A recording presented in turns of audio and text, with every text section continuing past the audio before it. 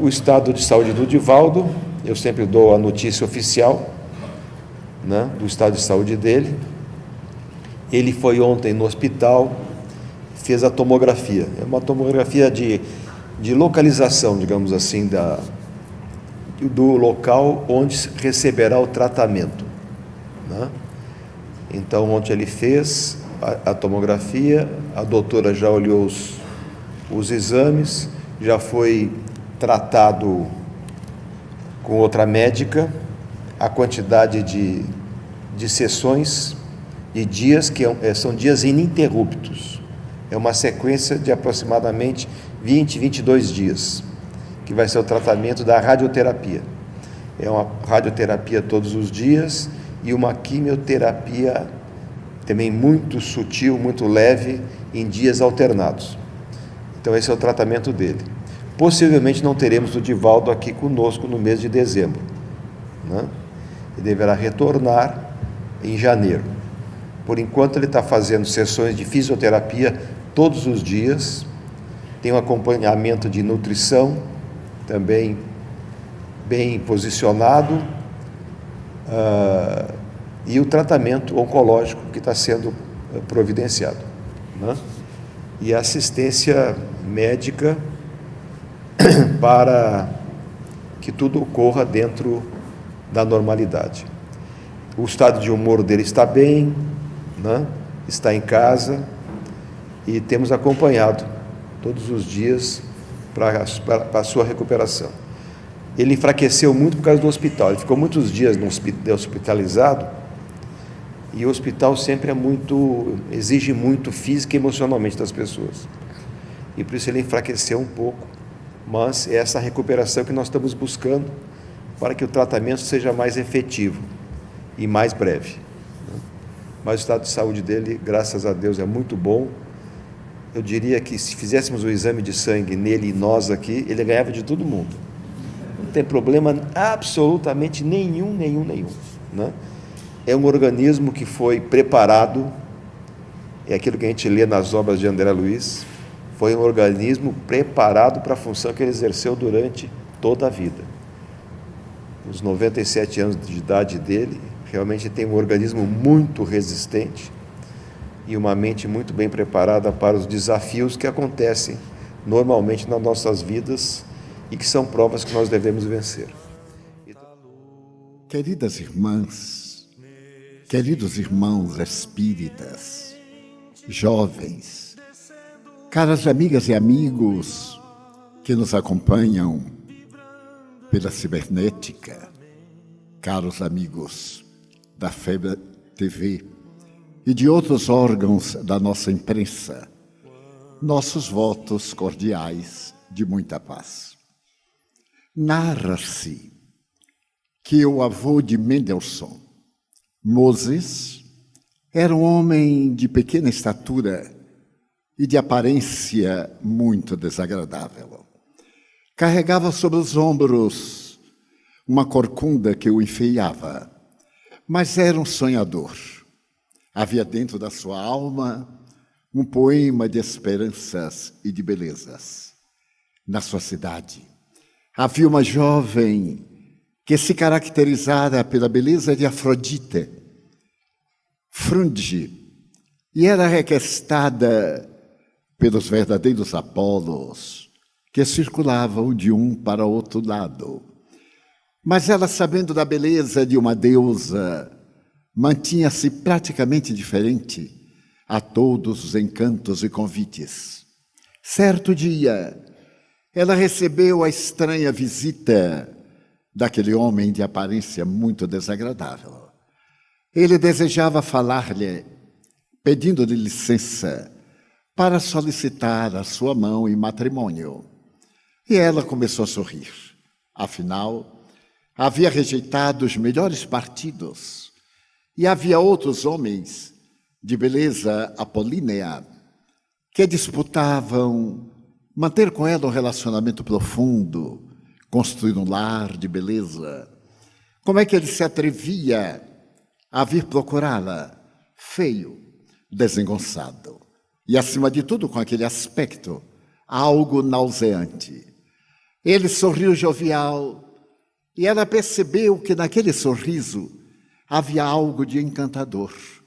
A feiura desapareceu como por um milagre, porque havia uma aura de beleza. E então ele disse sorrindo: não se surpreenda. Antes de nos encarnarmos, eu tive a oportunidade de saber com quem me ia casar. E a divindade apresentou-me uma mulher que se tipificava pelas características da deusa feiura. Ela claudicava de uma perna, era portadora de uma gimba. Não havia qualquer atração. E porque eu a amava, eu disse: Senhor, peço-lhe que, se em verdade há justiça no seu reino, transfira para mim todas as imperfeições que ela tem na aparência. E gostaria que ela fosse linda como um raio de sol, transparente como a beleza do luar e encantadora como a felicidade. E Deus, percebendo o quanto eu a amava, falou-me sorrindo: pois eu o farei. E então deformou-me para que você fosse bela. Fez que eu tivesse dificuldades para que fosse sábia. E a partir de então eu fiquei procurando-a, porque eu sabia que no dia em que a encontrasse, naturalmente, você se apaixonaria por mim. E tomada de um grande espanto, Fruntige abraçou ternamente. Com ele se casou. E o seu neto deslumbrou o mundo com a beleza musical apresentado como Mendelssohn. São os milagres do amor. Por mais que procuremos entender o amor, é sempre essa melodia doce que atravessa nossas almas e que desaparece nos umbrais do infinito. Certo dia, quando Dostoiévski se encontrava no exílio da Sibéria, algo atormentado por um estado de esquizofrenia e de embriaguez, ele resolveu escrever uma obra magistral, à qual deu o nome de O Idiota. Uma das personagens centrais da peça é um príncipe cristão. Este homem é o verdadeiro censor, é o crítico, e o pensamento de Dostoiévski, pessimista e amargo, de repente diz que para o mundo não há jeito. Nada pode fazer que o mundo seja belo ou seja feliz. Então, o jovem príncipe que era cristão disse: como não? Há uma salvação para a humanidade. Esta salvação é a beleza. Mas para ter beleza é necessário que haja amor no coração. Porque somente o amor pode tingir a natureza dos seus matizes variados e dar à criatura humana essa tonalidade dúlcida que embriaga o coração e coloca um arco-íris na visão, sempre patenteando a ternura. E foi graças a esse pensamento de Michinguí, o príncipe cristão, que a beleza começou a estar sempre ao lado do amor. O amor tem essa magia incomparável, mas não é de hoje, é de todos os tempos, mas do ponto de vista filosófico, nós vemos encontrar no século VI antes de Cristo na Grécia a presença de uma criança maliciosa, de olhar doce e encantador, denominada Eros. Eros teria nascido no caos, no verdadeiro caos. Alguém teve a ocasião de dizer que Eros deveria ser filho, naturalmente, dos grandes deuses, Afrodite e Marte. Mas a beleza de Eros era tão encantadora que outros diziam que ele era filho de Hermes e de Afrodite, para que alguém asseverasse que ele era filho de Cronos e de G. Mas a grande verdade é que Eros, durante toda a mitologia grega, fascinou o pensamento da Hélade. Foi tão perfeito que o culto a Eros atravessou os dias gloriosos de Terapis, Samos, Atenas, e foi objeto tão disputado que pôde competir com Zeus, Marte, daquele sorriso encantador que embriagava as almas. Ao ser transferido para Roma, ele passou a ser um jovem de olhar cobiçoso, de seta e arco, que fere os corações com um pequeno detalhe da paixão da libido. E a história da filosofia a respeito do amor leva-nos à glória do pensamento da antiga Hélade, colocando nesse amor a sabedoria, as expressões mais elevadas do encantamento, mas também as paixões tórridas, aquelas que abrasam como a labareda, que crepita e que desaparece depois que o combustível acaba. Quem se não recordará de Sansão e Dalila, de Cleópatra e Júlio César, logo substituído por Antônio? Quem se não recordará de Heloísa e da sua paixão extraordinária e doce por aquele homem que o tio dela, grande sacerdote de Notre-Dame, mandou emascular? Ambos procuraram a intimidade de um monastério e escreveram as cartas mais formosas de amor que a humanidade leu na Idade Média. Mas quem se não recordará de Elizabeth Barrett Browning, que teve a oportunidade de apaixonar-se pelo mais belo poeta do século XIX na Inglaterra e escrever nos seus célebres versos portugueses um poema cuja perfeição é considerada a mais bela obra de literatura inglesa, e dizer-lhe que o ama tanto, com tão enternecimento que, mesmo depois de morta, a minha sombra te acompanhará como um jato de luz. O amor faz parte da vida, como o oxigênio que o corpo respira. Mesmo quando o amor atinge um estado de natureza patológica, ele permanece na alma, que é o amor.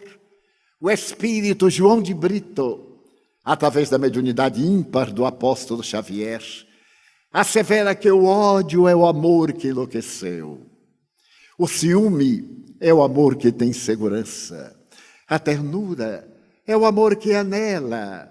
A felicidade é o amor que se funde na ternura mais profunda do sentimento da alma. E João Evangelista, fascinado pelo amor, disse que Deus é amor e que tudo que existe no universo é amor, desempenhando o papel da universalidade do pensamento divino. Por isso mesmo, o amor tem se constituído a base das aspirações humanas.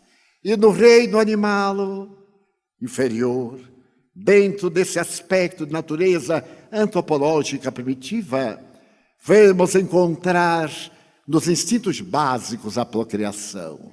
É o instinto de reprodução da vida, até o momento em que os felinos lambem os filhos recém-nascidos e surge no sentimento da mulher a ternura do beijo e do homem a carícia de reter nos braços o filhinho recém-nascido, para que o amor se manifeste como uma das mais nobres emoções que até hoje devora os corações.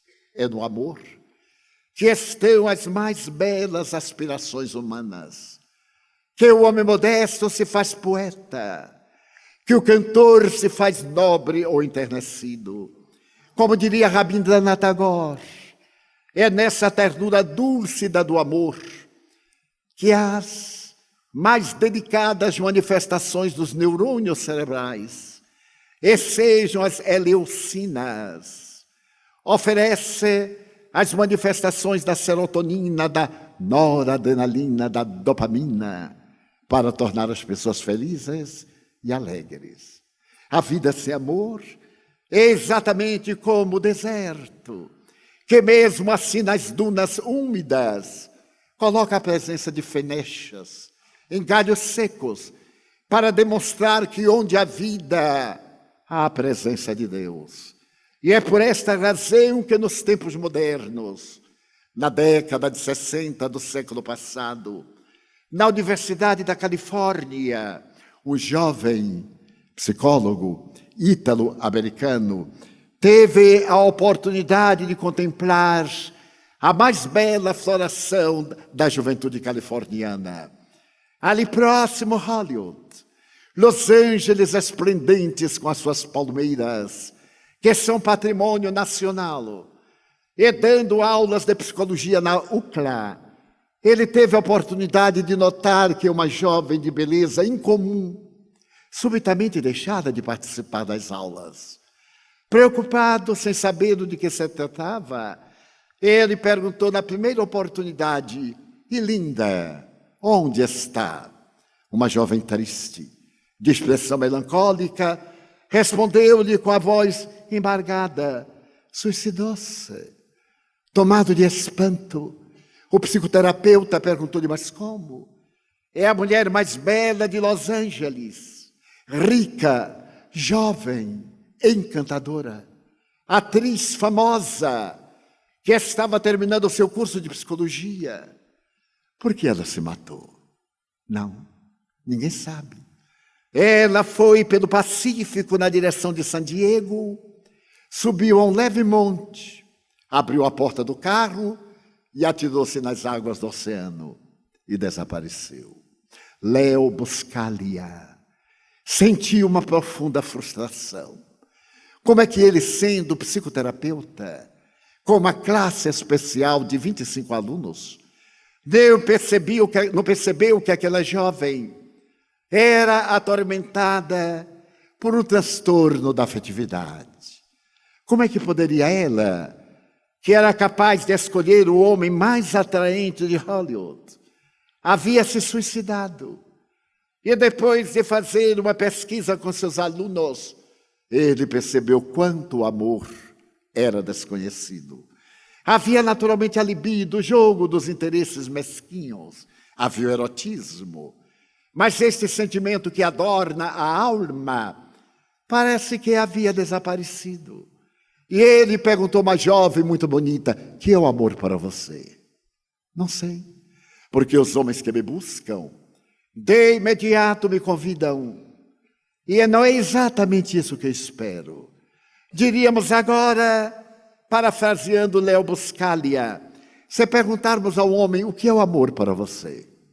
Tenho dificuldade, porque há jovens que me procuram logo depois, quase de imediatamente. E então ele ficou preocupado de perceber que o amor, o sentimento do amor, isso que leva ao holocausto, ao sacrifício, à beleza, estava desaparecendo na sociedade hollywoodiana, na América, ou talvez no mundo. E ele sentiu necessidade de dar aulas sobre o amor. Ele era de origem italiana, viera para os Estados Unidos durante a Grande Depressão. Seu pai havia sido maestro no Teatro de Milão. A sua mãe era uma cantora lírica e a família italiana constituía um verdadeiro coral.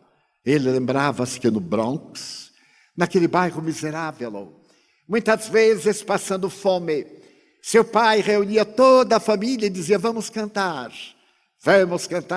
Madame Butterfly." E com a sua voz ainda de menino, ele muitas vezes foi Madame Butterfly. Quantas vezes ele ergueu a voz para dizer: um dia teremos a ocasião de ver chegar. Outra vez, ele havia sido barbeiro de Sevilha, mas também ele havia cantado Aida. A sua voz, nas variações da tecnologia da garganta, passara por várias expressões. E os vizinhos diziam que família feliz, porque enquanto cantavam, perdiam um pouco da fome. E a família vivia feliz, porque havia esse sentimento de amor na família. E nunca eles tiveram uma daquelas doenças da infância que tanto atormenta os pais e tanto aflige a criança. Porque a sua mãe tinha um método eficaz. Era uma mulher maravilhosa, E quando chegava a época da primavera, a mudança de clima, o pólen no ar, a papeira, o sarampo, a catapora, ninguém na sua casa se contaminava. E ele não sabia qual era o milagre. É que ela pisava o alho em grande quantidade e colocava sobre o queixo dos filhos. E este odor tão agradável do alho espantava a criançada toda e eles não se contaminavam. Era um método prático de fazer terapia aliana, a terapia preventiva a respeito da problemática dessas enfermidades infecto-contagiosas. Havia a presença do amor. Então ele foi ao reitor da UCLA e falou que ia dar aulas de amor. O reitor bateu-lhe no ombro e disse: Léo, essa criançada aí faz mais amor do que o que você pensa. Ele disse: pois é. O amor não se faz. Sexo, sim. O amor é um sentimento que nasce, que cresce, que desborda, que adorna. Eu gostaria de fazer umas aulas de amor. Mas, Léo, você está louco? São mais de 10 mil alunos. Não temos um salão, todos eles querem aprender qualquer técnica nova, porque já estão com as técnicas meio gastas. E ele entendeu que o reitor também não sabia o que era o amor. E resolveu colocar uma propaganda para no campus dar uma aula de amor. E foi um encantamento, porque os jovens acorreram céleres para ver o bom psicólogo falar sobre o amor. E quando ele abriu os braços afetivamente, em um abraço de ternura e de afabilidade, a turma o aplaudiu com eloquência. E ele disse: isto é o amor que se inicia. A simpatia é o primeiro passo. Depois a ternura. E deu a sua aula sobre o amor e perguntou a uma jovem: você que é tão bonita, você sabe o que é o amor? Ela se levantou triste e respondeu: nunca o experimentei. Eu tenho experimentado o entusiasmo. Ouço a voz quente e doce ao meu ouvido, atraindo-me para o banquete do corpo. Fala-se que é amor, mas em verdade não é. Porque assim que passa aquele momento de esfogueamento, desaparece o encanto e a sede devoradora da água do mar que é salgada. E quanto mais nós a sorvemos, mais ela se torna necessária, deixa-me entristecido o coração. E perguntou um jovem que havia recebido Oscar fazia pouco tempo, exatamente por um filme romântico: o que é o amor? E ele disse: não sei, ainda não o experimentei. Porque o amor também dizem que existe sacrifício, mas este sacrifício é adornado de tanta beleza que o amor se faz mais profundo. O amor é convivência, é a pequena ternura de um olhar, de um toque, de um aperto de mão e de 3 palavras: I love you. Ou eu te amo, também vale a pena. Eu te amo. Je t'aime beaucoup. São tantas expressões. Ir, liebe, dir. Eu também te amo. Não importa o idioma, é sempre uma palavra muito curta, quase que invariavelmente de 4 letras, mas que dão vida, essas 4 letras, mas também fazem cessar a vida. De repente alguém atira-se do alto de um edifício, porque sentiu despedaçado o coração. Outrem, porque amou de tal forma que se tornou ególatra e deseja que o amor encarcere aquele que pede ternura e liberdade. O amor liberta, toda vez que escraviza é paixão. E o amor sente a felicidade quando vê o objeto da sua ternura sorrir e encantador dizer-lhe sem palavras: muito obrigado por não me pedir nada. Uma meretriz um dia disse a Jesus: vem à minha casa, senta-te na aduana da porta, olha-me, deixa-me embriagada pelo teu calor, para eu ter a honra de dizer que um dia um homem que era bom e puro Passou pelo meu anto de miséria e não me fez mais desventurada. Rabindranath Tagore coloca na boca de um jovem discípulo de Buda, à porta da entrada de Mathura, uma expressão equivalente.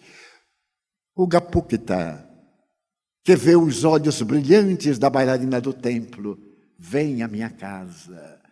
Hoje é o dia do meu aniversário. E eu elegi o parceiro que deve estar comigo, tu virás?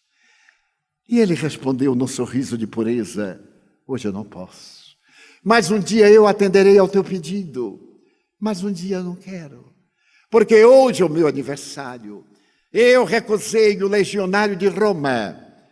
Eu recusei um rabi do templo. Eu recusei um guerreiro. Mas hoje eu quero eleger um homem que esteja a meu lado para me dar a plenitude. Tu virás? Eu não te pedirei nada. Eu mandarei uma escrava bailar desnuda diante de ti e ficarei olhando-te. Ou então eu lavarei os teus cabelos em um objeto de prata e os enxugarei. Também os teus pés com os meus cabelos secos.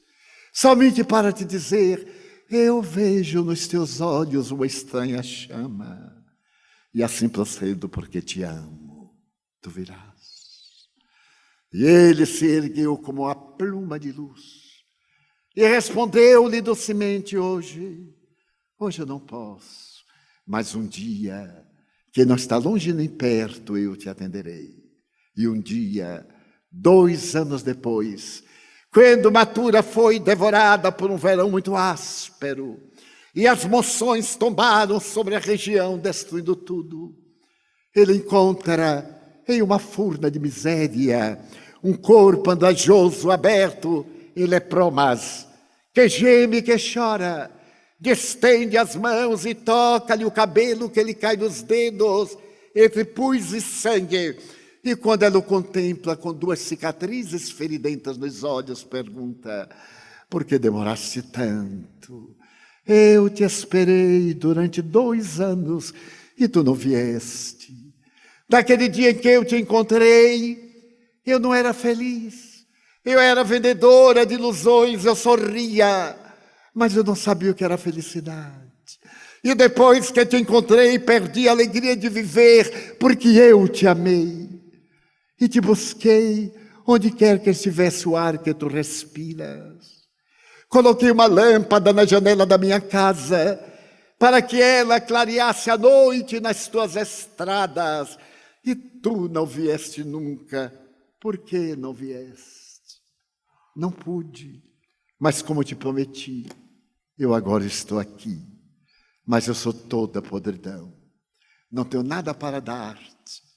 E repetindo talvez aquele diálogo de Jerusalém, ele estreitou-a no seu peito magro, tirou-lhe a mão dos lepromas em decomposição e falou-lhe sorrindo, eu agora te amo, porque eu vejo nos teus olhos uma estranha chama. Dá-me a ti mesma, já que nada tens para dar-me, dá-me tua alma. Ergo bonus pastor sum. Eu sou bom pastor, e aqueles a quem meu pai confiou eu não os deixarei perder. Dorme suavemente e venite, vem até mim, porque o meu fardo é leve, o meu jugo é suave. Vem. E a antiga meretriz colocou a cabeça dorida e infectada no ombro magro do rabi, e ele saiu à luz, levando-a nos caminhos infinitos da imortalidade. Isto é o amor. É essa ternura que nos dá um toque de transformação, um algo de melancolia. E nos momentos de melancolia, um sorriso de esperança, para poder tornar a vida bela, que é um ato de amor da divindade. Mas se nós avançarmos através do pensamento moderno, da sexolatria, e tivermos ocasião de meditar com Alexander Lowell, o grande psiquiatra do prazer, do gozo, do viver, entraremos na ufania do carnaval. E como carne não é nada, nada vale, vamos entregar-nos à exaustão dos sentidos para encontrar o prazer que é sensorial, não a felicidade que é emocional. E nos deixaremos embriagar pelas necessidades mais perturbadoras, sem que o coração esteja rico do licor da juventude e, sobretudo, daquela ternura que vem de desde há 2000 anos, que vos ameis como eu vos amo. Somente um mandamento, apenas um mandamento eu tenho para dar, que vos ameis uns aos outros. E ele nos encheu de sexualidade, de todo esse encanto da simpatia, da atração, não do que os americanos chamam sex appeal, mas desta ternura de Moses, que, embora deformado, sensibilizou Frutti, e tiveram uma herança de beleza na área musical. Todos nós buscamos o amor. Nesse mundo caracterizado pelo pensamento do grande teólogo e filósofo americano Rollo May, somos vítimas das perdas das tradições, da desagregação da família, dos distúrbios da ansiedade. E por isso mesmo a sociedade moderna estorcega em 3 fatores dissolventes: o sexismo, o individualismo e, ao mesmo tempo, o consumismo. Deixemos de viver as emoções do sexo feito de ternura, a grande viagem da busca e, como toda viagem, para o momento da chegada. A mim sempre me impressionaram algumas películas hollywoodianas e depois internacionais, que antes da comunhão sexual, um uísque para dar coragem, certamente, e depois um cigarro para relaxar. E como quem diz, basta-me, darmos-nos as costas um ao outro, como quem se desincumbiu de um valor, de pouco valor, e de uma situação muito desagradável.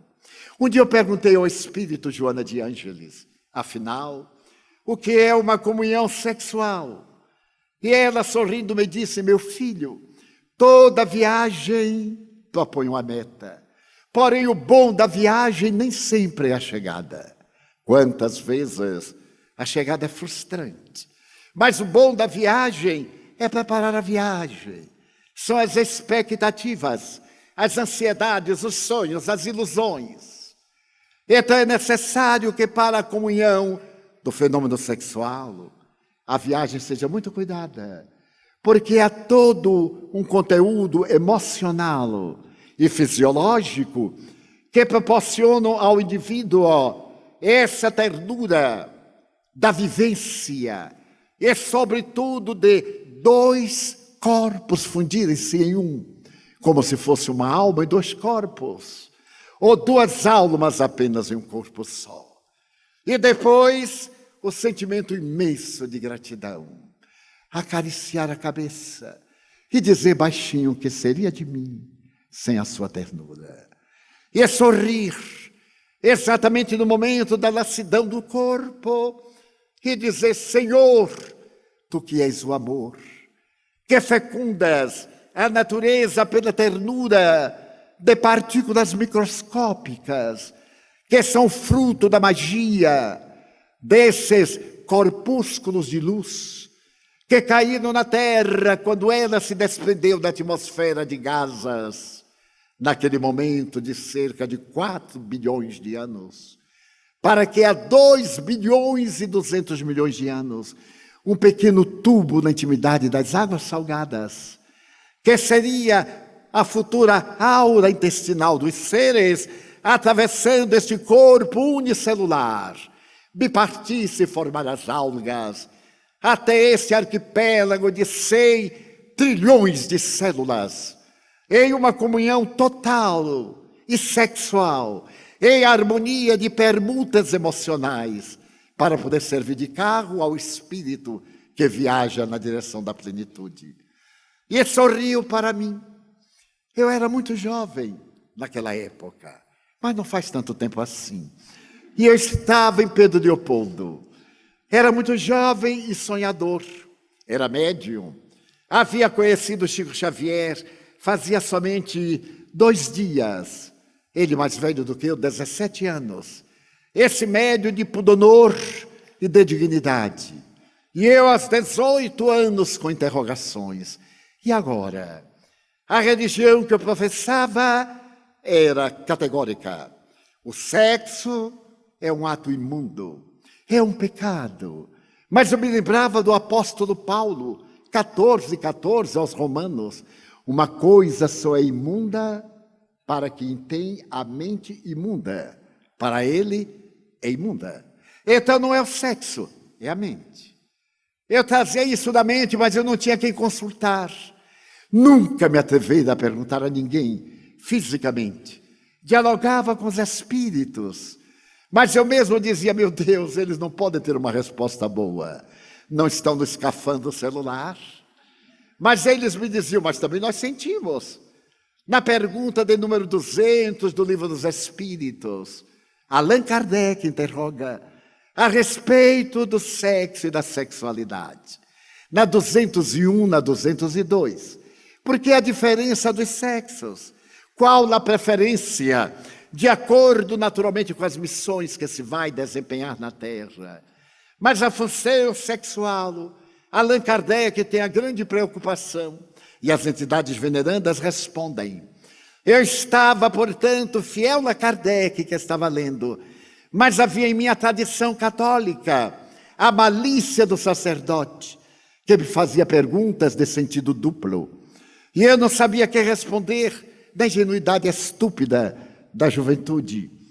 Mas naquele momento a minha mente em febre olhava para aquele homem doce e calmo que me servia. Ele elegeu a situação de servidor e nos servia-nos a nós. Éramos 5 homens. Martins Peralva, que nos deixou um legado notável da doutrina espírita. Arnaldo Rocha, o esposo de Meimei. Carlos Cavalcante, que traduzia a beleza, a alma grandiosa de Nina Arueira, ele e eu. Mas a palavra sexo já era uma palavra espúria, simplesmente a palavra, porque era a cegonha responsável.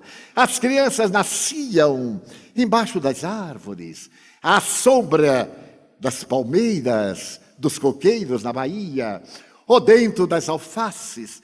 E eu tinha vontade de perguntar diretamente a Chico o que é o sexo, o que é a sexualidade. Mas a mente em febre e aquele homem sereno não me davam coragem.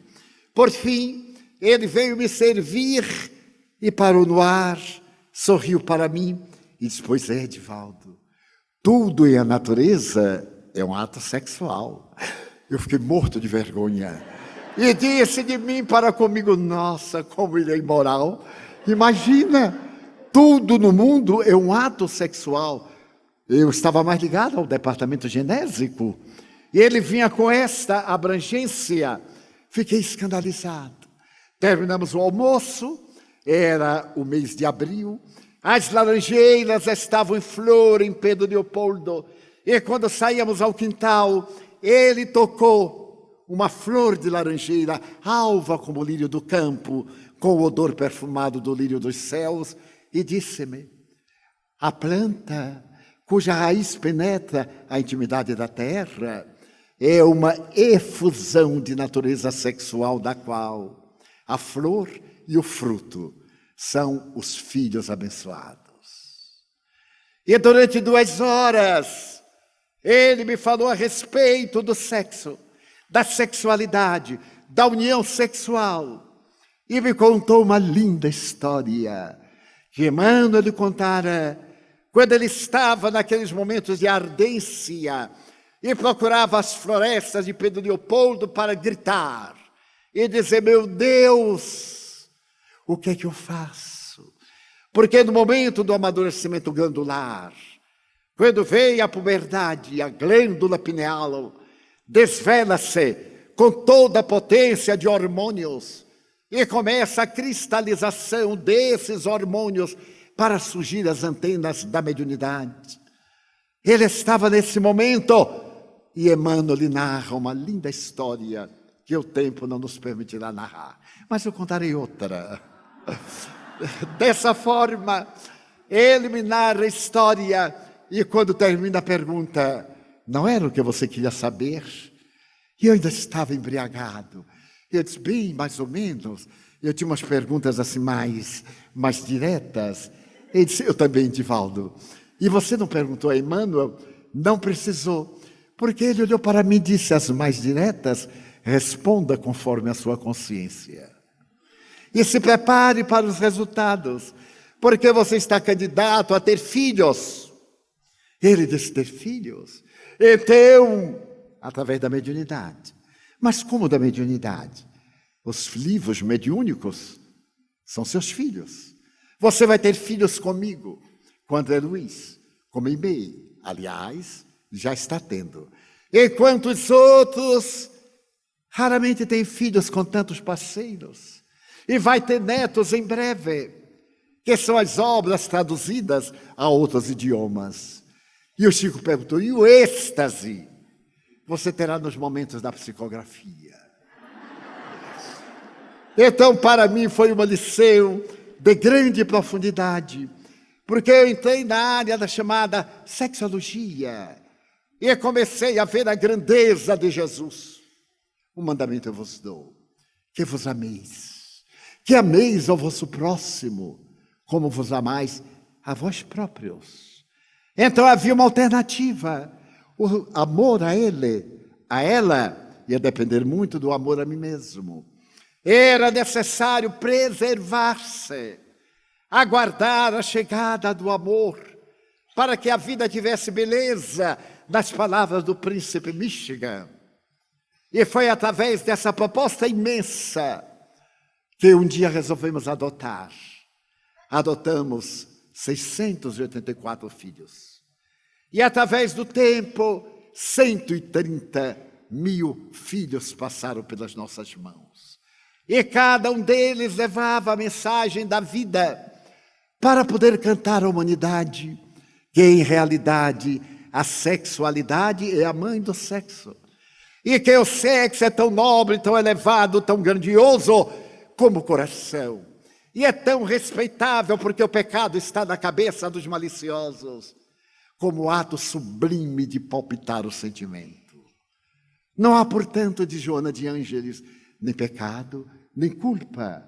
Palavras que a teologia colocou para atormentar-nos e gerar um preconceito maldoso em relação àquilo que é vida. Porque se Deus se utilizou das expressões genéticas para proporcionar a vida, como podia ser atenazante, perturbador, desequilibrado, imoral, amoral, moral? Seria naturalmente a ética que iria estabelecer os parâmetros da conduta, mas não a religião.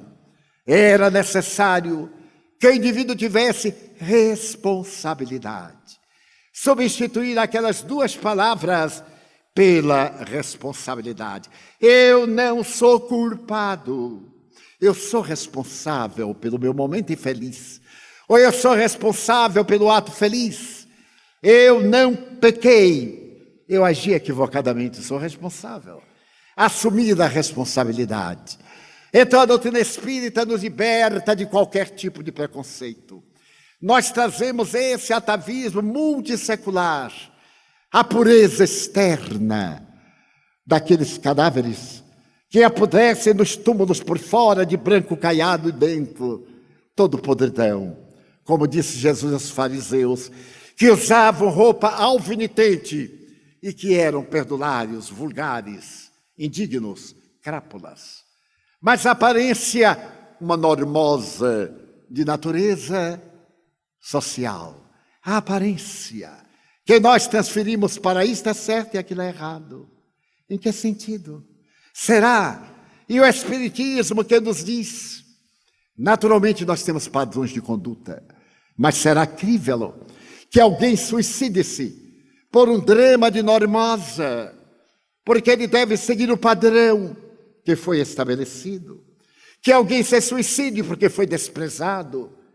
Neste mundo de 7 bilhões, 250 milhões de almas, não é tão melhor que distenda a sua sexualidade para a humanidade sofredora, que abrace a dor com ternura e transforme-se em um vexilário do prazer, da esperança de outrem, da alegria proporcionar a outrem a satisfação de ser amado. E dizer baixinho, sem qualquer escrúpulo negativo: eu te amo, eu te quero, de qualquer forma, porque o idioma não importa, ou somente olhar e sorrir, e oferecer garantia. Mas se por acaso qualquer uma coisa nos serve de impedimento, liberte o outro, não faça 4 infelizes, liberte, vá adiante, mas procure sobretudo o alto amor, respeitando-se e respeitando o ser a quem ama. Esse é o patrimônio ético. Na doutrina espírita não podemos estabelecer aqueles padrões. O indivíduo é médium, então ele deve ser um santo, sem dúvida, com os pés de barro, que não aguentam o peso do ouro, ele cai e despedaça-se, como o grande colosso de Rhodes, uma das 7 maravilhas do mundo. Então a sua pulcritude, a sua nobreza está no caráter, mas não nos contornos, que são secundários. Nós não somos julgados pela consciência universal, somos julgados pela maneira como agirmos, nunca prejudicando a ninguém. Aí está a essência, a base do alto amor. A minha liberdade é estancada na liberdade do outro. Essa fronteira que é um claro escuro é o estabelecimento da ética socrático-platônica que nós ocidentais seguimos. Afinal, Jesus, quando canta o seu evangelho, ele repete Sócrates. E Allan Kardec teve a sabedoria de colocar, desde os diálogos platônicos à República, do grande discípulo do mestre, nas páginas introdutórias, deu o Evangelho segundo o Espiritismo, para mostrar que a verdadeira ética é o ato de amar. Mas Joana de Ângeles vai além, em uma audácia que vai encontrar a ressonância na linguagem universal das informações. O amor é uma grande circular, com um epicentro. Desse epicentro saem raios na direção do extremo. E esses raios formam triângulos. Este é o amor fraternal. Este é o amor sensual. Este é o amor daquela natureza. E o amor é toda esta circunferência. Não se pode ter o amor sensual sem ter o amor fraternal. Não se pode ter o amor na sua perfeição mais profunda, se não houver também o interesse, o zelo, o calor. Não me toques, Maria. Quando Maria o vê, corre para abraçá-lo, para sentir o calor que lhe era tão habitual. Não me toques, ainda não estive com meu pai. Ele havia descido às hienas infernais, umbralinas, para resgatar Judas, a quem amava. Porque a grande responsabilidade de Judas não foi traí-lo, foi suicidar-se. Ele deveria, como Pedro, que o negou 3 vezes, permanecer e reabilitar-se. Não me crucifique de pé, eu não mereço morrer como ele. Ponham-me de cabeça para baixo. E ali nos pântanos vaticanos, onde hoje tem o castelo de Sant'Angelo, ele teria sido crucificado de cabeça para baixo. O Paulo, nas águas salvianas, ele se dobra e volta para o soldado que treme com a espada na mão. Soldado, cumpre com teu dever. Eu já cumpri com o meu. O soldado levanta e quando vai descer o alfange treme e o golpe não é fatal. Tem que o repetir mais de uma vez, para que ele possa, agora libertado de tudo, ser recebido ternamente no abraço doce de Jesus. Então, todo esse sentimento tem vários condimentos que a nossa malícia estabeleceu de certo ou de errado. Mas se nós pensarmos no sentimento mais profundo da ciência e da arte de amar, nós veremos que Lowell, a sua apresentação desse célebre Alexandre da sensualidade, é nada mais do que o tormento de Madame de Beauvoir. No pós-guerra, no existencialismo, gozar agora, porque de repente vai a bomba. E daí? A bomba cai e nós prosseguimos. Deixamos o traje e avançamos na grande nau. Monteiro Lobato era sempre criticado por um notável estudioso das letras brasileiras. E ele deixou, esse notável crítico, uma obra de arte maravilhosa num livro que se chama A Barca de Gleire. É um livro quase de diário. E ele conta, materialista, que algo deve haver além desse mundo de sombras em que persiste o psiquismo. Como ao perguntar-lhe a Albert Einstein se ele acreditava em Deus, meneia a cabeça e diz não. Eu sei, porque acreditar é uma coisa muito metafísica. Acreditamos hoje, não acreditamos amanhã. É muito relativo. Mas saber é de natureza permanente. Quem sabe ler, olha um outdoor e diz, eu não vou ler. Já leu. Daí é necessário que a nossa consciência espírita não seja de crer, mas de saber, de entender, de compadecer, de ajudar. Por amor a si mesmo. Eu gostaria de fazer algo que gostaria que a mim me fizessem. Então nasce numa área tão delicada da vida, que são desafios, e todos sem exceção. Temos os desafios das expressões sexuais, porque é o instinto mais antigo do ser animal. A célula passa pela mitose, ela se multiplica dividindo-se. Então nós temos aqueles anaeróbicos e os aeróbicos. Nós temos aqueles sexualizados e assexualizados. Temos os salmões, que ora são masculinos, ora são femininos. O que vem confirmar a experiência da questão 201 sobre sexo. Nós vamos encontrar vários animais que durante a existência, seja nos organismos unicelulares como nos pluricelulares, passam pelas duas manifestações do ânimos e da ânima. É fascinante os arquétipos junguianos, quando nos fala da ânima e quando nos fala do ânimos. E pensando nisso, eu me lembro de Frédéric Chopin. Era o biótipo ânima, era frágil, de dedos longos, delicados. A voz era meiga, era doce, era quase efeminado. No entanto, a sua testosterona dava-lhe um ânimo. A maioria das suas alunas tornaram-se parceiras dos seus sentimentos. Carl Gustav Jung tornou-se parceiro da maioria das suas alunas. E entre essas, uma delas falando da beleza daquele homem, a quem Eva, sua mulher, compreendia e sabia que ele tinha necessidades emocionais.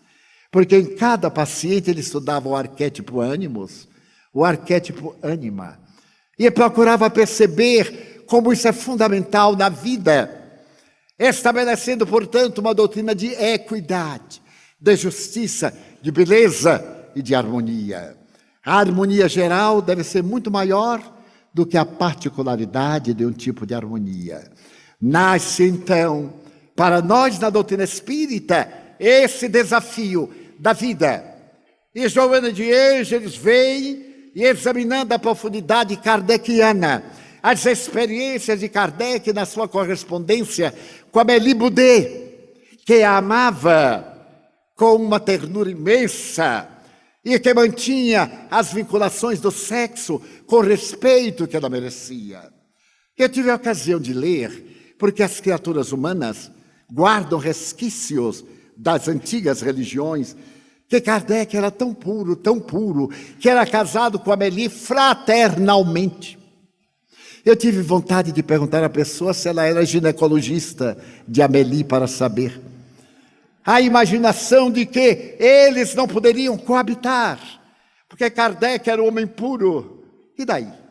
Mas a pureza daquele ato de amor, a saudade que eu tenho de você, escreveu ele da praia para ela em Paris, enquanto ele estava escrevendo o Evangelho segundo o Espiritismo.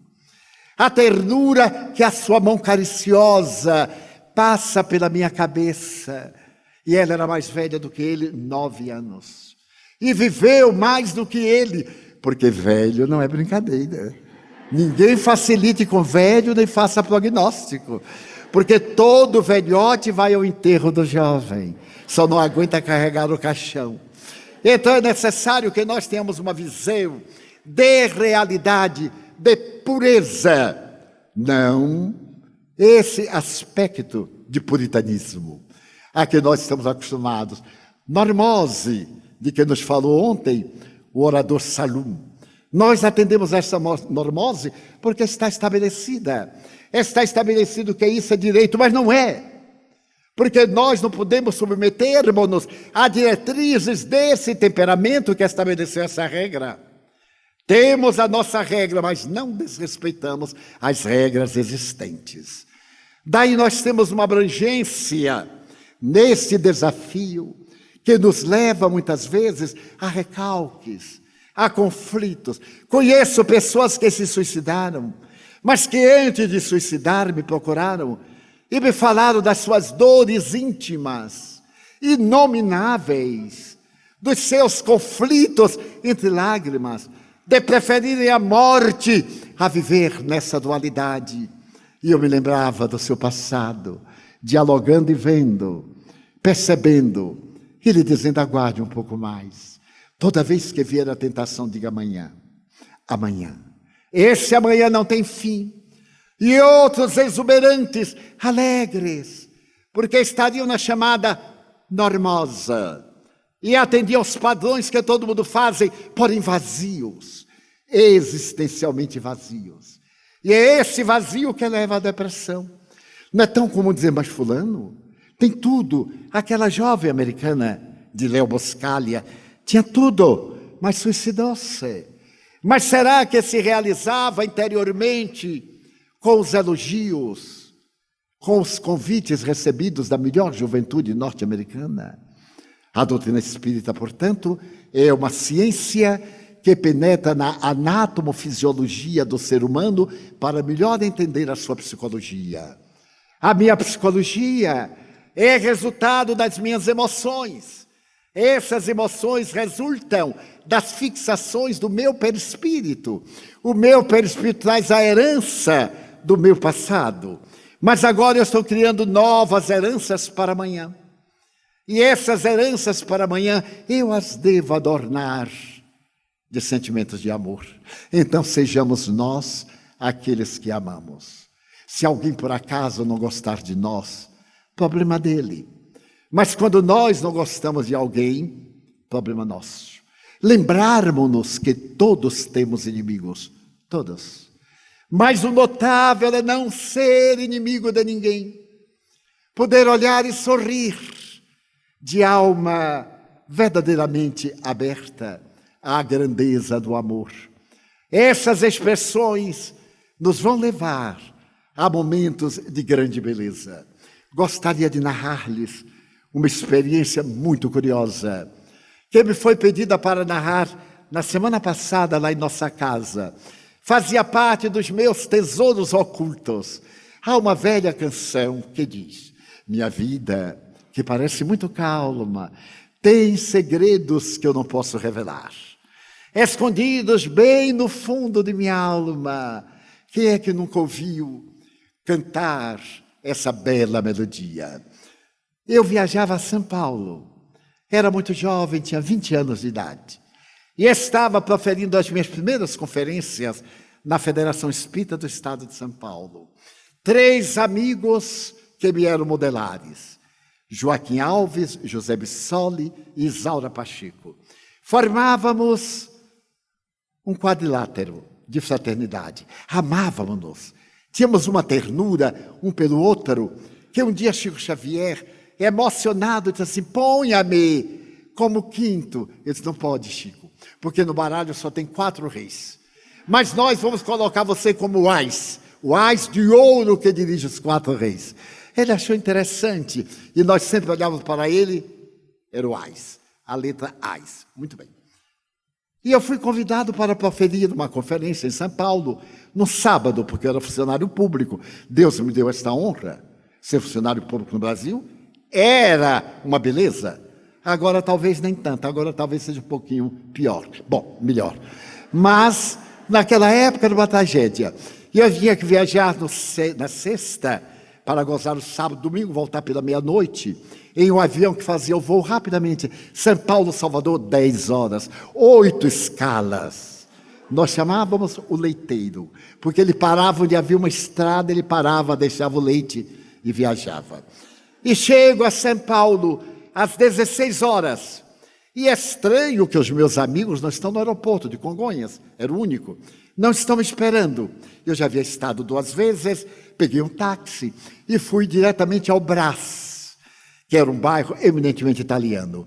Fui à rua Piratininga, onde morava a minha amiga, que era minha anfitrioa. Lá cheguei e toquei a campainha, nada.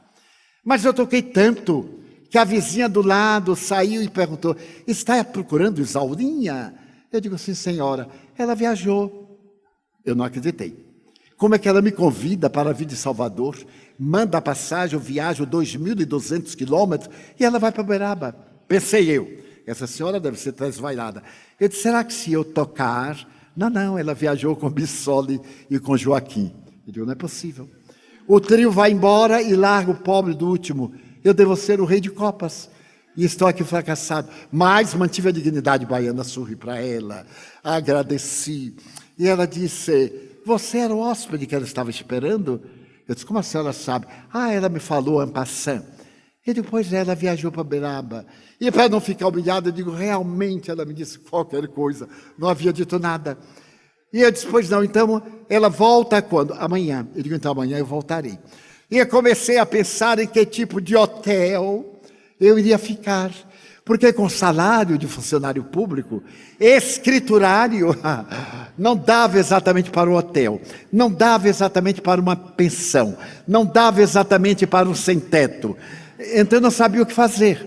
E fui andando até a Praça Roosevelt, uma praça encantadora, e vi tantas pensões, hotel, motel e tal. Eu digo: nossa, que progresso, né, São Paulo? Hotel e motel devem ser coisas diferentes ou será a mesma?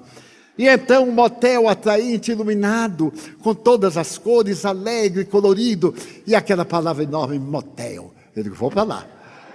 E fui, carregando a mala baiana, aquelas malas quadradas horrorosas, e eu no maior charme.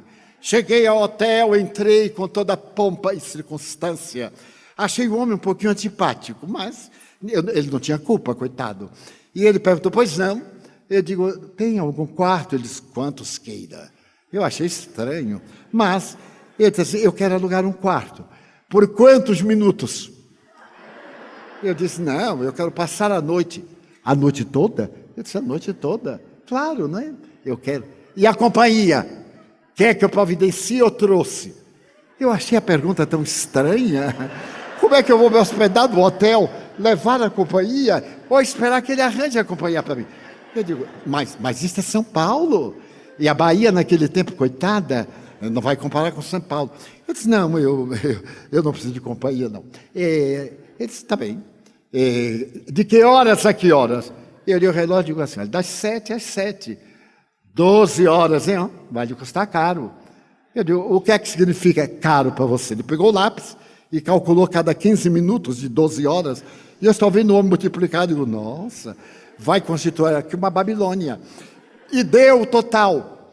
Eu li mentalmente enquanto eu carregava no bolso, até que dava, e dava para um lanche, quando saísse daquele motel encantador, um lanche, mas daqueles lanches bacanas, pão com manteiga e um copo de leite com café. Então eu fiz o cálculo, pois não, eu aceito. Ele disse, eu digo, quer a carteira de identidade? Não, assine aqui só no livro. E vá logo aqui no primeiro, no número 2, aqui à direita. É o mais confortável que nós temos. Eu digo, mas como Deus é bom comigo, hein? O mais confortável. Tinha até piscina. Não, piscina não, era banheira. Mas como eu era muito ignorante, ele falou assim, olha, pode tomar um banho total. Eu digo, nossa, uma piscina dentro do quarto. Que maravilha. Desci e havia uma cortina de contas coloridas, mas uma coisa linda, eu nunca tinha visto uma porta daquela. Eu abri a cortina, e quando eu vi o corredor, parecia um desfile de carnaval. Eu digo, nossa, escola de samba no mês de janeiro, é uma coisa estranha. Achei também o carnaval um pouquinho burlesco, mas não tinha nada com isso, cada um se veste como quer. Entrei, era realmente um quarto confortável, com banheira, elegante. Havia um cheirozinho daquele incenso indiano, assim um pouco cansativo, mas eu digo, não, esse eu apago, não sou muito indiano, vamos lá. E me sentei à cama e senti uma vibração um pouco estranha. Eu achei assim que o quarto estava um pouco escuro. Acendi a luz, mas a escuridão continuava. Eu disse, que coisa, né? Que lâmpada frouxa. Mas a névoa era muito densa e eu vi a névoa um pouco embaraçosa. Mas eu não ia reclamar, já havia pago. Ah, sim, tem que pagar antes. Pagava antes. Eu também não sabia desse detalhe muito especial. Paguei antes. E então sentei-me e comecei a sentir-me mal. Uma certa disposição, uma certa animação que não me era habitual. E então encostei a cabeça no travesseiro, senti um verdadeiro incêndio, porque tenho muita sensibilidade na cabeça, nas mãos. Eu digo, que coisa, que travesseiro? Joguei ao chão. Eu usava uma pasta, que era quase um travesseiro, aquelas pastas lindas, quadradas, horrorosas. Eu envolvi na toalha, botei, ficou mais ou menos. Entra meu espírito, Joana de Ângeles. E eu digo, nossa, que santuário, ela veio nos visitar. Então, sempre que ela entra, eu estou deitado, eu me levanto para receber a senhora. Levantei-me e ela disse, meu filho, nós o trouxemos aqui. Eu digo, mas que carinho, meu Deus. Foi ela que me inspirou. Eu não estou sabendo ainda o que é motel, né? Eu ainda estou na outra imagem. E eu digo, pois não, minha irmã, muito obrigado. Mas para quê? Para você passar a noite lendo o Evangelho segundo o Espiritismo. Eu disse, mas a noite toda, até às 7 horas. Eu disse, mas morreu alguém? Não, é para evitar a morte de muita gente que você vai ler. Eu disse, alguma coisa? Meu filho, nós vamos orar pelas nossas irmãs. Mas quais irmãs? Aqui algum convento? Divaldo, você está obtuso. São nossas irmãs equivocadas. Eu aí demorei um pouco para entender equivocado, mas em que será que elas se equivocaram? Será que pagaram o imposto errado, qualquer coisa? Mas aí me veio um insight. E eu disse, quer dizer que... Exatamente. Eu aí saí da cama. Havia uma mala. Eu olhei para a mala, se estava ocupada ou não. Sentei-me à mala, abri a pasta e tirei o Evangelho. E passei a noite inteira lendo o Evangelho, dai com a mão, sem que a outra saiba. A paciência, a caridade é uma virtude. Vedes aquelas mulheres que estão tecido, alegrai-vos, porque o inverno... E de vez em quando eu dava-se uma caída, levantava, e era, Divaldo, meu filho, vamos orar. Às 7 em ponto, eu estava pálido, estava fraco, não havia jantado, não havia nada. Orei tudo que eu sabia, do Pai Nosso ao creio em Deus Padre. Não deixei nada para trás. E aí carreguei a mala, quase não aguentei. Quando eu fui saindo, o homem ainda estava de plantão, riu e disse assim, então, teve uma noite boa? Eu disse, mais ou menos. Quantas visitas recebeu? Eu disse, bem, eu recebi uma visita só. Só. A noite inteira? Eu disse, a noite inteira. Ele disse assim, e era uma mulher bonita? Eu digo, belíssima. Era um anjo. Eu não sabia que meu motel frequentavam anjos. Eu digo, frequenta. Os anjos também vêm aos pântanos. E saí dali, E fui à casa da minha amiga, tomei o café, aquele café maravilhoso. Como diriam os portugueses, um pequeno almoço. Não era propriamente um pequeno almoço, era um pequeno café. Fui arrastando a mala e campainha, nada. Abre-se a porta ao lado. E a senhora diz, mas eles só vão chegar às 14 horas. Eu digo, eu morro até lá. Porque não tem outra solução, eu não aguento mais nem sair. Eu disse, será que eu posso ficar sentado na escada? A senhora me olhou e disse, não gostaria de ficar sentada aqui na minha casa? Eu disse, gostaria, sim senhora. Porque a baiano nunca pergunta em nada. Se for para o bem, a gente ri e diz, muito obrigado, já que insiste, basta falar uma vez.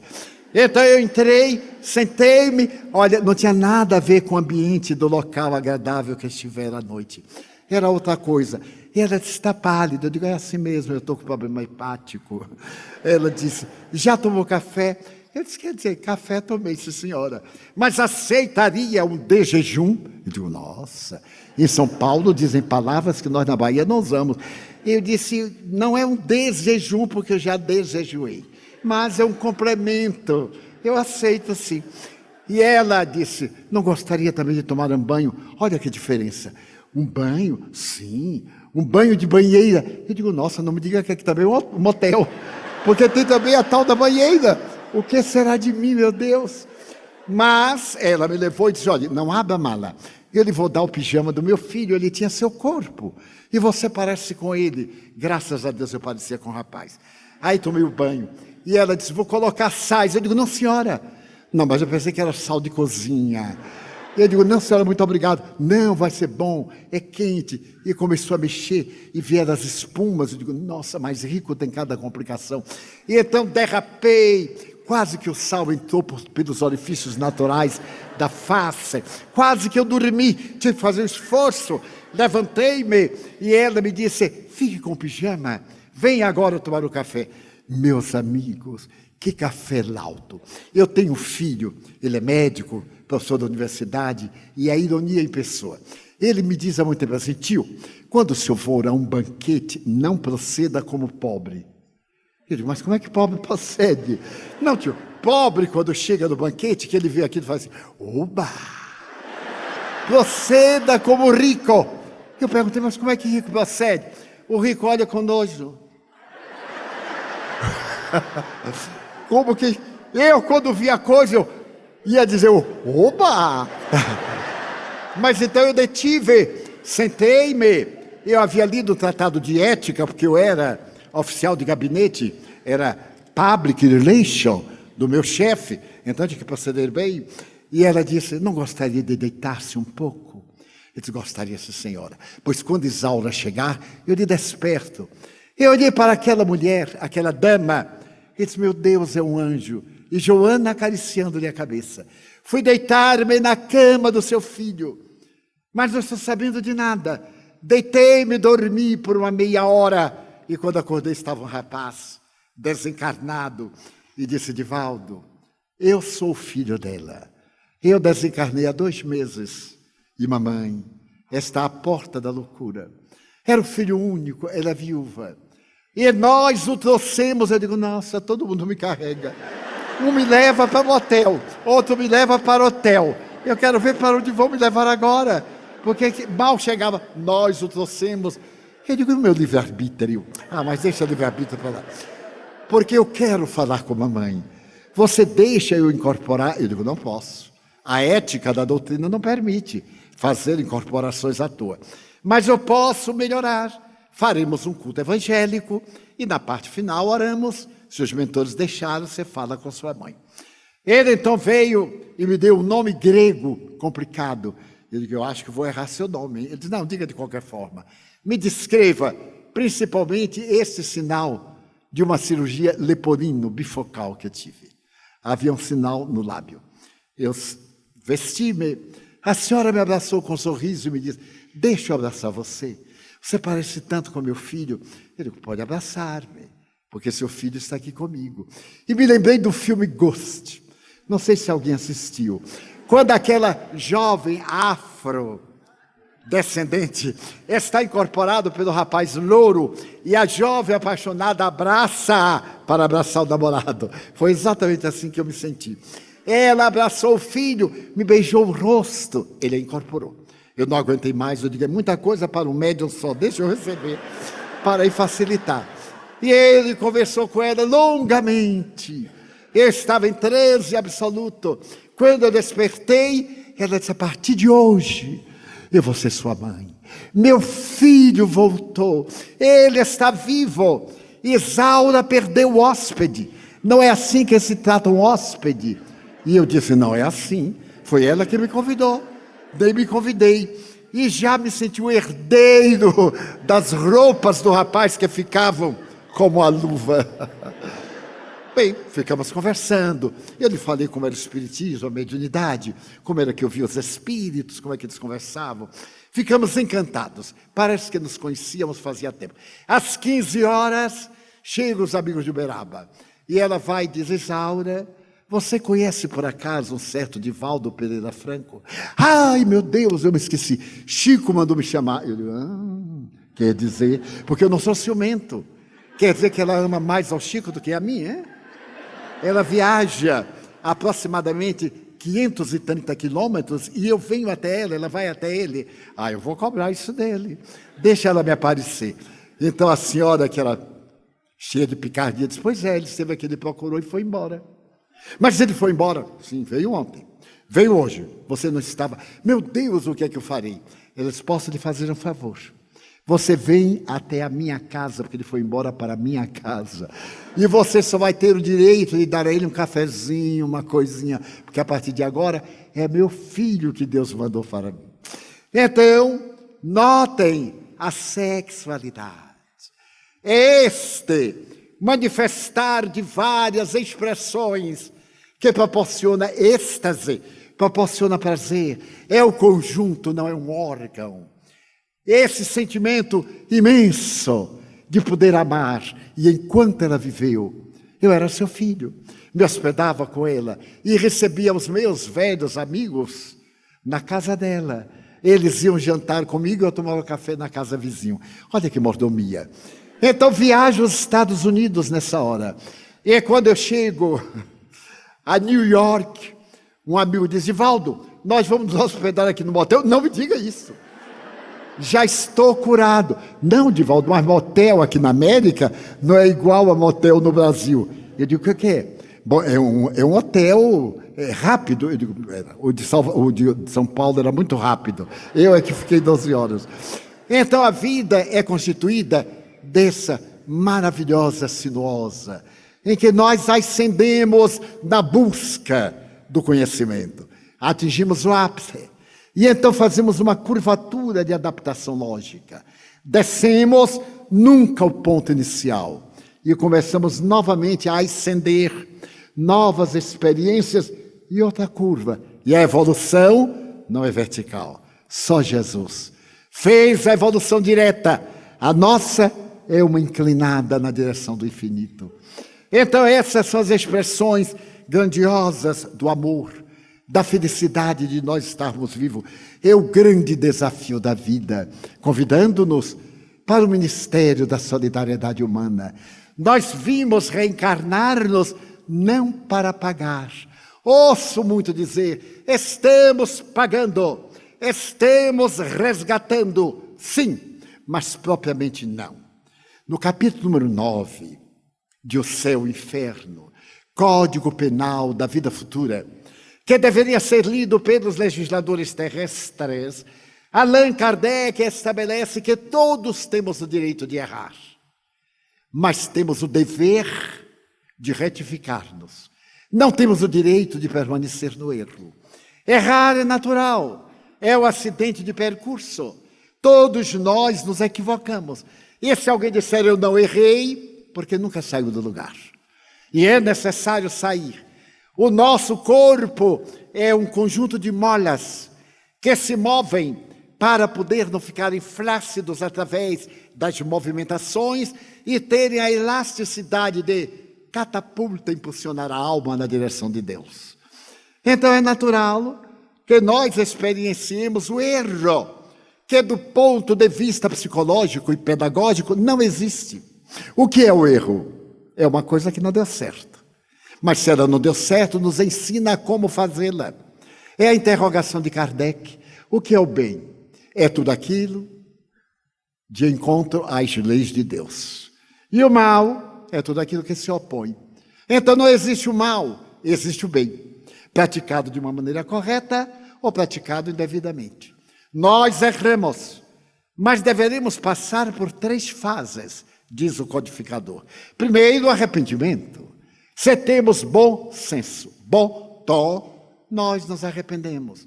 Eu não deveria ter feito isso, porque nós adquirimos a maturidade psicológica, atingimos o clímax da razão, esse discernimento da verdade. Eu não deveria ter me equivocado, mas eu sou responsável, equivoquei-me, vou reabilitar-me. Eu então sofro. É o segundo passo, expiação. Imagine eu caluniar alguém, dar-me conta do dano que ele fiz. Se eu sou uma pessoa nobre, eu sofro a consequência, mas não basta. Terceiro item, reabilitação. Fazer-lhe todo o bem, ou a alguém, porque eu não devo a fulano, a Beltrano, eu devo ao Código Penal do Universo. Porque a minha vítima progride e eu me comprometo. Então eu não lhe devo nada, eu fui o estímulo do seu progresso. Negativo para mim, porque para ele foi bem, se ele soube administrar. Então é necessário que eu venha ressarcir pelo bem que eu faça a algo, a alguém. Porque todo bem que eu faço anula todo o mal que eu fiz. É notável. É o ponto positivo da matemática. É o sinal de cruz. Tudo soma. Se eu tenho débito de 1 milhão, mas eu sorrio para alguém que chora, eu dou-lhe algo de ternura. Se eu faço a mão distendida e afago, eu adquiro 10 mil pontos. E vou diluindo até modificar a minha estrutura chamada kármica. Por isso Allan Kardec não usou a velha palavra karma, nem dharma. Débito ou crédito, em sânscrito. Usou a lei de causa e efeito. Toda causa gera um efeito. Se o efeito é inteligente, a causa, por certo, é inteligente. As causas novas corrigem os erros velhos. Dessa maneira, nós temos a oportunidade de crescer pelos chamados equívocos. E nos reabilitamos pelo bem que fazemos. A terceira, nós temos essa grande facilidade de chegar até o clímax. E através deste clímax, atingirmos a plenitude.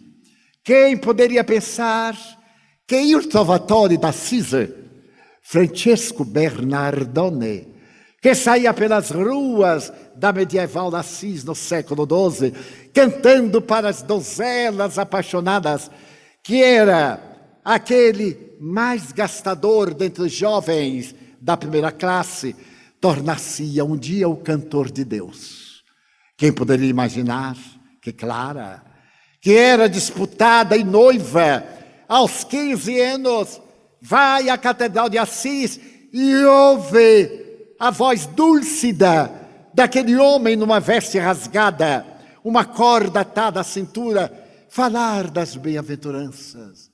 Bem-aventurado é todo pobre de espírito, porque ele tem o reino dos céus. E à medida que a sua palavra canta, parece que flores espirituais tombam e ela, noiva, se fascina por ele. Fascina-se, conhecia-lhe a fama, ele era um estroina. O pai se comprazia porque ele era rico, mercador de tecidos, que descia à Baixa França para poder comprar os tecidos mais caros. E por isso seu nome era Giovanni.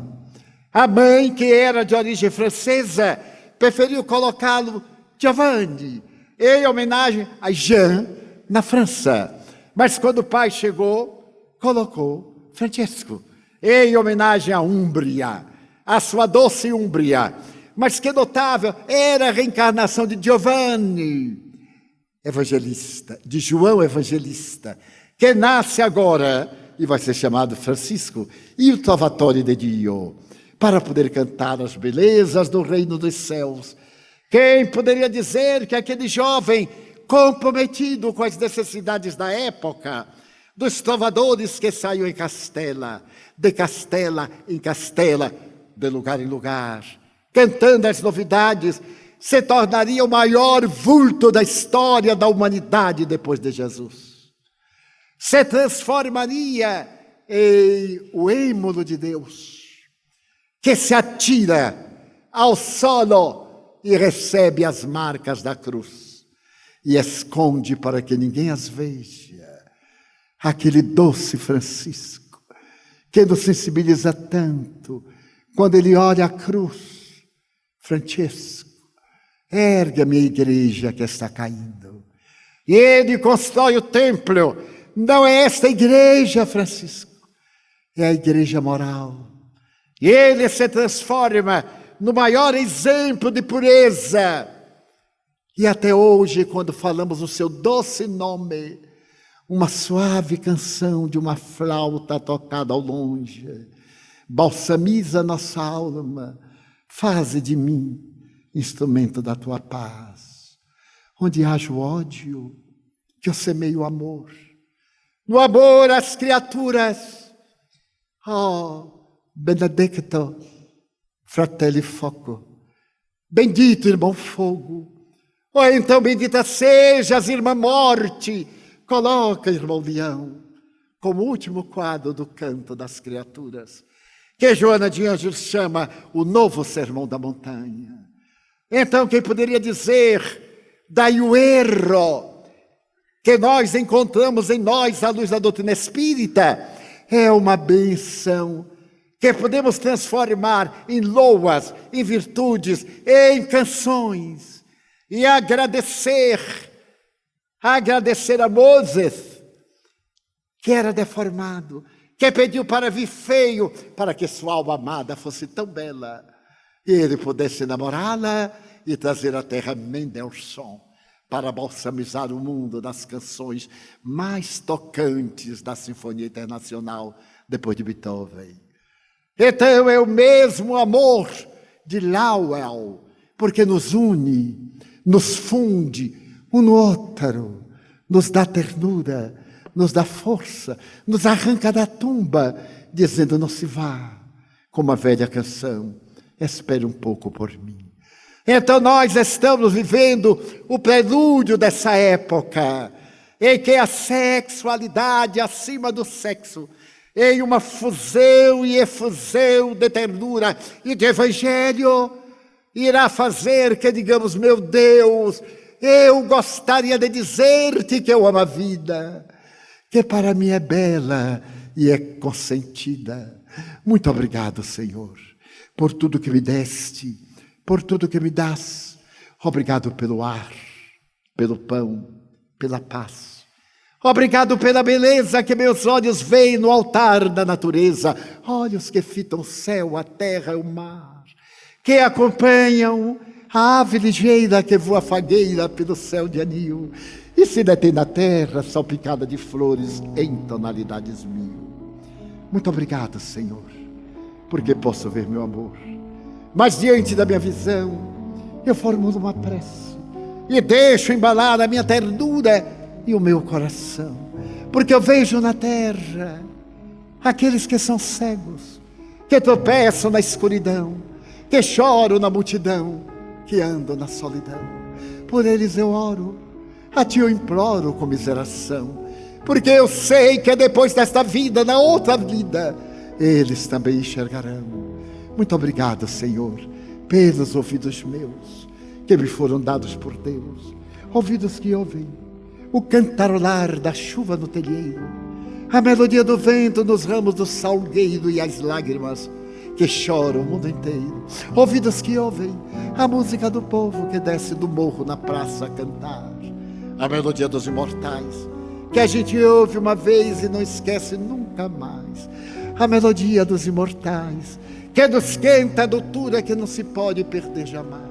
Pela minha faculdade de ouvir, pelos surdos eu quero pedir. Eu sei que depois desta angústia eles voltarão a sorrir. Obrigado pela minha voz e pela sua voz, pela voz que canta, que alfabetiza, que ilumina, que legisla, que trauteia uma canção, pela voz que teu nome profere com dúlcida emoção.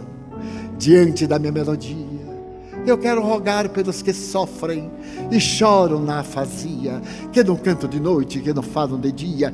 Oro por eles, porque eu sei que depois desta vida, na outra lida, eles cantarão. Obrigado pelas minhas mãos, mãos que aram, mãos que trabalham, mãos que semeiam, mãos que agasalham, mãos de ternura, que libertam da amargura, mãos que apertam mãos, mãos dos adeuses, mãos de sinfonias, de cirurgias, mãos de psicografias, mãos que atendem a velhice, a dor, o desamor, pelas mãos que do seio embalam o corpo de um filho alheio, sem receio, e pelos pés que me levam a andar sem reclamar. Obrigado, Senhor, porque eu posso andar diante do meu corpo perfeito. Eu te quero louvar, porque eu vejo na terra aleijados, infelizes, amputados, marcados, paralisados, que se não podem movimentar. Eu oro por eles, porque eu sei que depois desta expiação, eles também bailarão. Muito obrigado, por fim, pelo meu lar. Não é importante se é um duplex, se é uma mansão, se é uma tapera, uma favela, um ninho, um gravado de dor, uma casa no caminho, seja o que for, mas que dentro dele exista a figura do amor. Amor de mãe ou de pai, de mulher ou de marido, de filho ou de irmão, de um amigo, alguém que me dê a mão. Pelo menos a companhia de um gato, de um cão. Mas se eu não tiver ninguém para me amar, nem um teto para me agasalhar, nem uma cama para repousar, nem aí eu maldirei. Pelo contrário, eu cantarei. Obrigado, Senhor, porque eu creio em Ti. Obrigado, Senhor, porque eu nasci. Obrigado, Senhor, pelo Teu amor, pela Sua atenção. Obrigado, Senhores.